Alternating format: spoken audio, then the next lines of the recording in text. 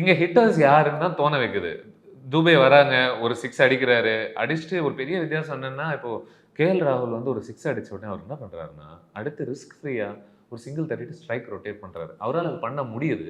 ஏன்னா, அவர் ஒரு 6 அடிச்சுட்டு சிங்கிள் எடுத்துட்டு ஆப்போசிட் சைடு போய் தன்னுடைய விக்கெட்ட பராமரிச்சா, இந்த சைடு வர்றவங்களும் அடிக்கிறாங்க. அதனால எல்லா 6ம் அவர் தான் அடிச்சே ஆகணுன்ற பொறுப்பு அவருக்கு கிடையாது. நமக்கு வந்து துபே ஒரு 6 அடிச்சாருன்னா, அவர் சிங்கிள் எடுத்துட்டாருன்னா, இன்னொரு சைடுல வந்துட்டு மறுபடியும் அவங்க 4 6 அடிப்பாங்களான்ற ஒரு பெரிய சந்தேகம் அவருக்கே இருக்கான்னு தெரியல. இங்க ஸ்ட்ரைக் மாத்தி விட்டாலும் அவங்க அதை திரும்ப மறுபடியும் ரிக்வயர்ட் ரன் ரேட் ஏறிடும். ஸோ இங்க நான் தான் அடிச்சு ஆகணும் அப்படின்ற ஒரு மனநிலை. ஹிட்டர்ஸ் யாரு அப்படின்றதுக்கான ஒரு பதில் நம்மளுடைய ஆக்ஷன்ல நம்ம தேர்ந்தெடுத்த பேட்டர்ஸ் இருக்கா அப்படின்னு எனக்கு தெரியல இப்போ. ஓகே, ஸோ இது சோஃபார் நடந்த மேட்சஸ்லயும் அதுக்கான கேள்விக்குறி இருக்கு.